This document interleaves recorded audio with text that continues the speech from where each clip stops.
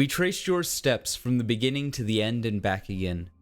We studied his reign, the terror he seeded, the violence he wrought, as if free of conscience, only to discover a true and terrible thing.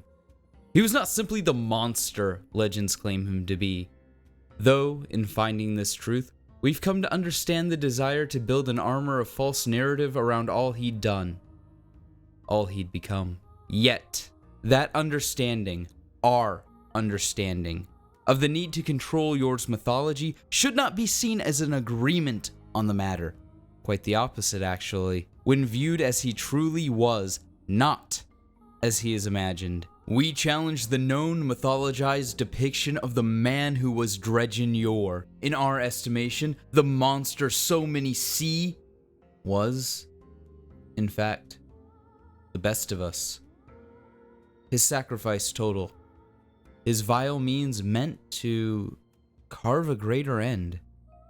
They hide this truth because they fear the consequences of those who would dare follow in his footsteps, to tempt the darkness, to allow one's light to be tainted. Few could walk that ledge and not fall completely into despair. And while theories exist to support or contradict the purity of the gift we wield, Yor's life offers a glimpse into an unexplored possibility. We will surely be judged for what it is we are about to achieve. And there will surely come a time when the lone gunman will want words or worse. But we go now upon an old path, one we seek to make our own. And should we fail, may the light avenge all those we make to suffer. What's going on, ladies and gents, boys and girls, guardians of all ages? Joker back again, once again, and today, people, we're going to be talking about Destiny 3 leaks. So, Anon the Nine, who is a notable and reputable Destiny leaker, if you're watching a video about Destiny leaks, at this point, I suspect you know who Anon the Nine is. That said, he did leak something about Destiny 3 being in development and Guardians of Darkness. So I wanted to go ahead and explore the logistics of this and how it would be possible, but also why this concept is ridiculous, because the reason it would be possible makes the concept ridiculous. You'll see. Rogue and corrupted Guardians are not new to our story. In the category of corrupted Guardians, you have Yor, the Shadows of Yor, Toland, who, after finding out he killed his ghost, I think it's safe to say has lost the plot. Then you have Rogue Guardians, like the Warlords of old. Now, we don't actually know that much about the Warlords other than they acted in a way that the Iron Lords didn't like and had to be eliminated. Now, some of these Warlords seem to be defective Guardians, but this defect seems to be a symptom of the way the Traveler made Guardians intrinsically, obsessed with rewards and strength. In the Osiris card, we learn that Osiris questioned the speaker about this very nature. The card reads, "I watched as you grew tired of strike missions and grueling, unproductive sessions with the Cryptarchs. That was when I took you under my wing. I saw our future in you, but your curiosity was voracious. How much of a Guardian's personality and memories were true? How much had been fabricated by their ghost? Did Guardians share particular personality traits? A willingness to yield to authority, a tendency to do anything anyone asked for the promise of uncertain reward, a blind knight errant mentality. Had the Traveler manufactured all of you as living weapons?" In the Ghost Story cards, we see examples of this leading to Warlords seeking out more and more glory. And it supposes that this flaw is the reason Guardians fall to evil, but not necessarily corruption. Though this mentality clearly wouldn't help when presented with a corrupting agent like Thorn, as we see with Dredgen Yor. The Chosen's Choice card reads, "She thinks back to their arrival into this village, how its population lauded him and showered him with gifts, begged him to stay, to defend them, to keep them safe. At first he seemed reluctant, but the longer he remained, the more fallen he slew, the more they praised him. That praise emboldened him. He grew expectant, addicted to their exaltations and gifts. The more he consumed, the more the village's resources dwindled. He led expeditions to take from others. No warning, no diplomacy. He showed his might as one of the risen, and demanded he be lauded as a savior. Those he once protected now died under his charge, and they venerated him all the more for it. As much as she tried to guide him back to the light and remind him why he was chosen, he couldn't hear her over the adulation of his newfound vassals. Resurrection after resurrection, his legend flourished, while the dead remained dead. He grew ever more covetous and unforgiving. He stopped learning from his losses and came to feel entitled to his immortality. In the Book of Savin, an Awoken Guardian is brought back to the Reef. This is the Awoken's first encounter with the Guardian, and this Guardian had once been one of Mara's people. The relevant part reads, "Now the Queen asked the Techeuns to assess the difference between the Chowmu they remembered and the Savin, returned as a Guardian of the Traveler, using their most sensitive physical and psychological tests. Most of all, though, the Queen was curious about the reaction of her Ahamkara, which had begun to salivate, and to assume a form more like the Guardian expected, monstrous and befanged. Savin the Guardian showed a tremendous fondness for doing things. He had a pathological, task-oriented nature, which made him very useful to the Reef. Yet, there was always a sense that his ghost was watching, observing, reporting, and Savin was, most of all, greedy. Not in the grasping manner of the petty, but in an enormous, all-consuming way. For he desired materials and experiences that would temper him into a better guardian. And he was always experimenting with his strange powers in foolish ways that left him briefly dead, seeking a new super ability or some way to make grenades faster. He grew tired of performing trivial tasks about the Reef, complaining that the dangerous repairs he made were endless and boring, and that he wanted to move on to new worlds. He leapt into space repeatedly without reason, as if his death was no more traumatic than a hop off a curb. Obsessed with reward and efficiency, he would rather do one profitable thing 1,000 times than waste his effort on a less beneficial novelty.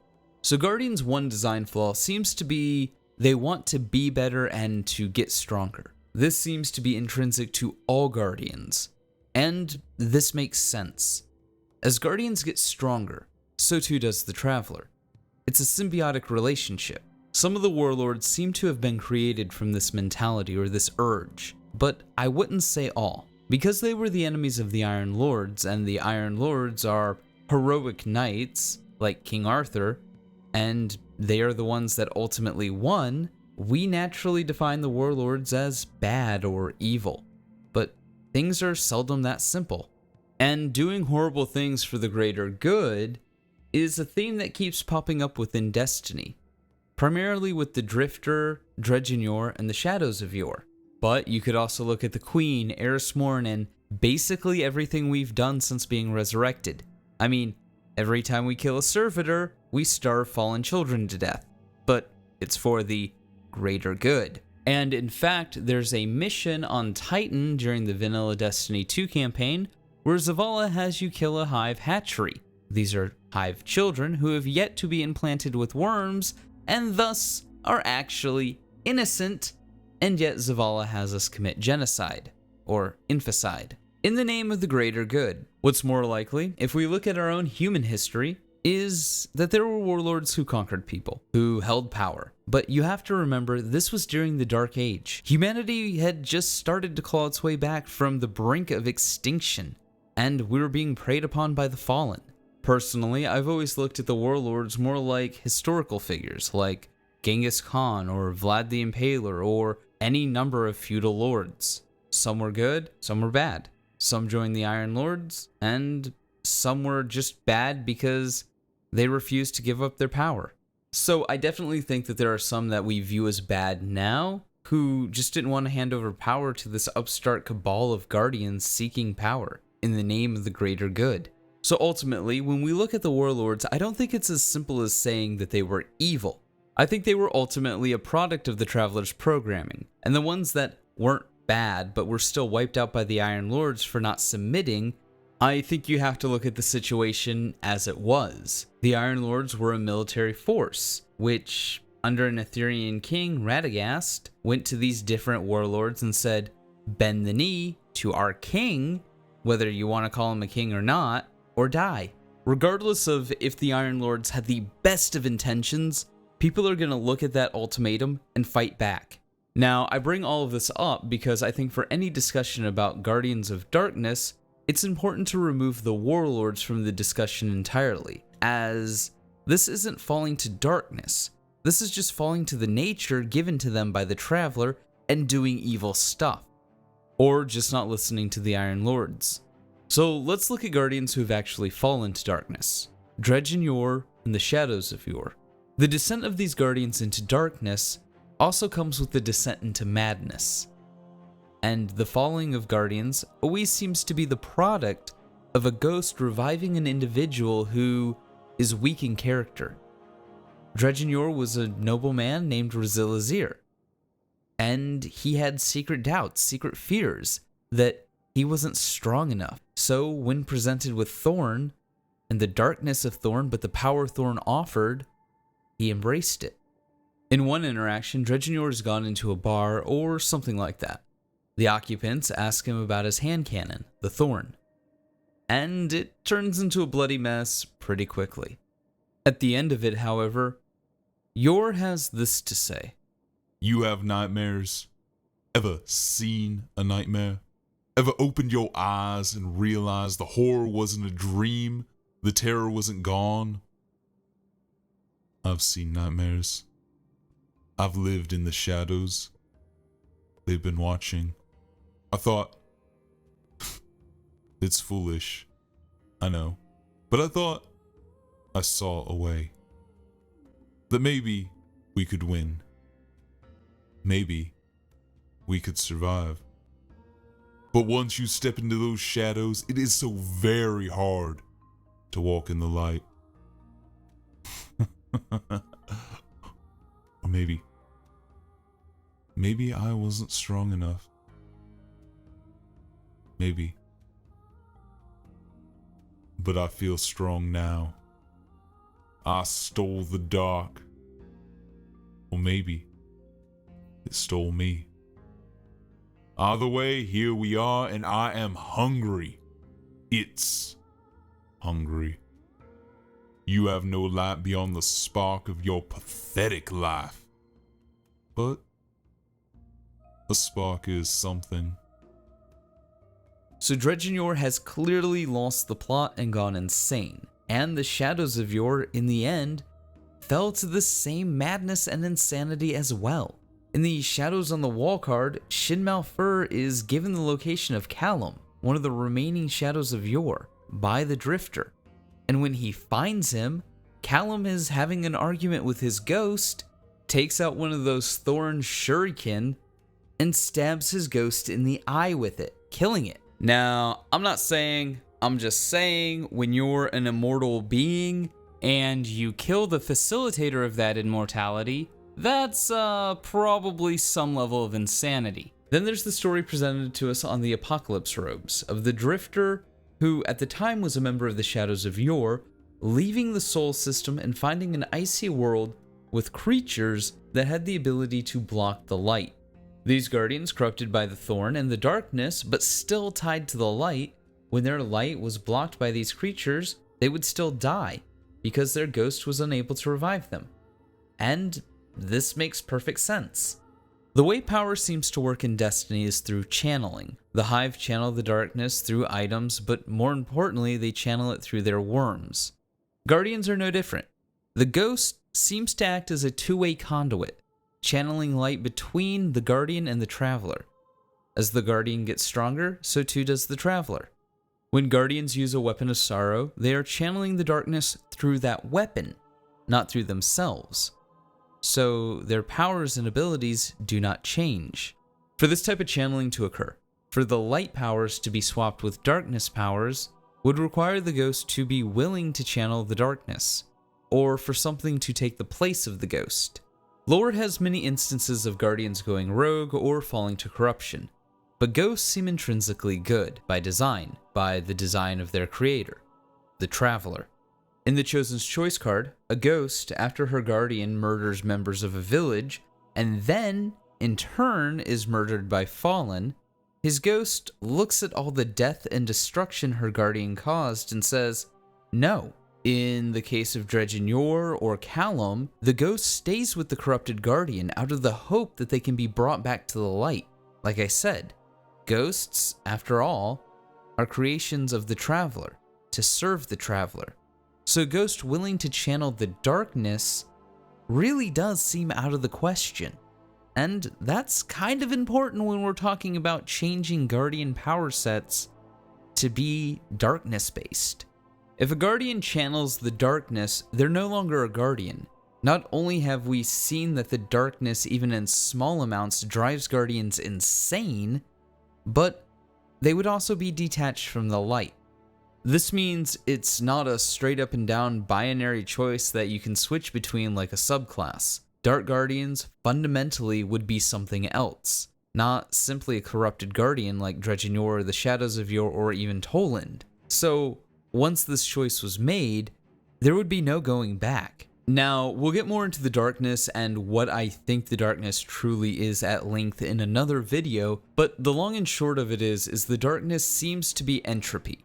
This is best demonstrated by the darkness's champion, Oryx, and the Hive. If Oryx prevailed and killed every living thing in the universe, became the strongest of the strong, the last perfect final shape, he would still die. All of the Hive would still eventually die, because their worms would consume them.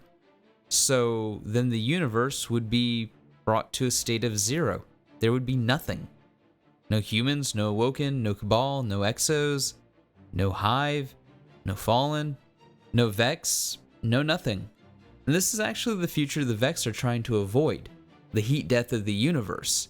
Either by the heat death of the universe just happening, or by Oryx, or some other darkness force, or the nothing, or any number of things that wants to cease all biological and technological functions within the universe. So Guardians of Darkness would actively be striving towards this goal. That sounds cool on paper, but that is completely and utterly antithetical to the hero's journey that we've had thus far. And that's why I don't like this idea, this concept, this Darkness Guardian. It just doesn't make sense for the player character to be evil. So yeah, while it is technically possible that a Guardian could somehow, some way, channel the darkness and have darkness powers, that's it, there's no going back. And they would have to do something like World of Warcraft where you have the Horde versus the Alliance. Because you couldn't have Light Guardians and Darkness Guardians on the same team. They've literally been trying to kill each other since before time immemorial. Narratively speaking, this just seems like the type of task that Bungie has shown the inability to do even remotely since the start of Destiny. Because the logistics behind something like this would be insane. You would need a Mass Effect-esque type game where you have different player choices that are encapsulated in a solo campaign. And then all of the peripheral content like strikes, raids, nightfalls, PvP would have to be balanced completely differently or segmented differently based on what class or what faction that the players are in. That's not something that Destiny has ever done. And we've had factions since year one, but you can't have Light Guardians and Darkness Guardians on the same team. I mean, sure, Bungie could say, it's not canon, it doesn't matter what powers you have, go play PvP, and that's an option, but it's not respecting the story, it's not respecting the narrative, it's not even respecting the player choices. So when you introduce Darkness Guardians, you create a logistical nightmare for factions, for story, for DLC, for every aspect of the game that Bungie has, at this point, not shown a capacity to even remotely tackle. But hey, those are just my thoughts. Let me know yours in the comments below, and like always, stay frosty. Also, as an aside, do we need more edgelord BS in this game?